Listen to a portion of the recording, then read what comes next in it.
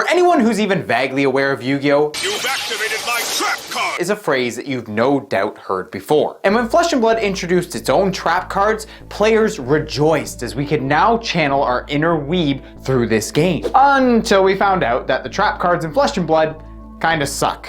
Like, a lot. Only found in, I guess, like a few meme decks, these 3 traps from Crucible of War are some of the worst cards ever made for this game to date. And sure, with Outsiders and Riptide on the way, these cards may become more playable, but we'll have to wait and see. So until then, we have to ask, why does no one play the Crucible traps? The Arsenal is one of the most important mechanics in Flesh and Blood, as it essentially allows you to add extra cards to your available resources for later turns. In fact, the Arsenal is so important that there are a bunch of cards that specifically interact with it. And so naturally, you would think that cards that could only be played from the Arsenal would be pretty powerful, right? Wrong. Tripwire Trap, Pitfall Trap, and Rockslide Trap are at the time of making this video the only defense reaction trap cards in the game. And as I just mentioned, all of them have the effect that they can only be played from Arsenal. This means that you have to put them there and wait until your opponent attacks you to activate them. It's also important to note that if you're using a card effect to put them in the Arsenal, you'll want to make sure it's face down, as putting them face up kinda ruins the whole point of a trap.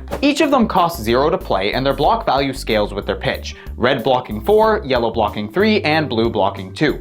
They also each have their own effect. Tripwire stops on-hit triggers, Pitfall deals 2 damage, and Rockslide gives a target attack -2 power. Out of these 3, the Tripwire is easily the strongest, not only blocking for 4, but stopping on-hits is actually a really great ability. Pitfall can even be applicable, killing an unsuspecting opponent when they're low on life, much like Reckless Swing. And even the blue Rockslide trap can kind of get around cards like Shred by lowering the power of your opponent's attack. But wait, I'm pretending to hear you say as I'm talking to a camera, if these effects have some application, why are they so bad? For whatever reason, LSS decided to tack on the extra little ability that your opponents can pay 1 to negate their effects. What? That's right, not only can you not block with these from hand, but even if you do play them, your opponent can just pay an extra resource and completely nullify what they want to do. And at first you might be thinking that this is a good thing as it can trip up your opponent, but I think I need to point out that these Abominations exist. Yeah, let's be real.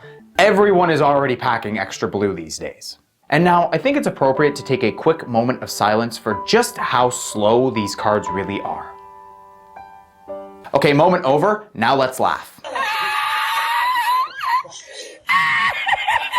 Seriously though, Flesh and Blood is a game of back and forth combat. I mean, you have to draw these at the end of your turn, hold on to them until your turn, and then put them in the Arsenal and wait until your opponent does something and hope that the ones that you're playing actually do something against the opponent. Against fatigue decks, these cards are just bad, but even against the aggro decks, they're too slow to be useful. I mean, if you even blink for half a second too long, you're dead to Fire Briar. As it stands, these cards are just too slow to be practical, and their abilities are too weak, especially considering the opponent can just pay an extra resource and nullify them completely. Now, maybe if they could be played from hand or it costs 2 resources to stop them, they'd be playable, but as it stands right now, these cards are awful. Although as I said, Outsiders is coming up in the near future and Riptide is going to be a trap-based ranger, so maybe these cards end up being playable. But until then, they stink about as bad as Mungo's breath over here. If you liked this video and want to help support me, consider either becoming a channel member or checking out my Patreon. There are different levels of bonuses like early access to videos, signed cards, and even custom hero cards.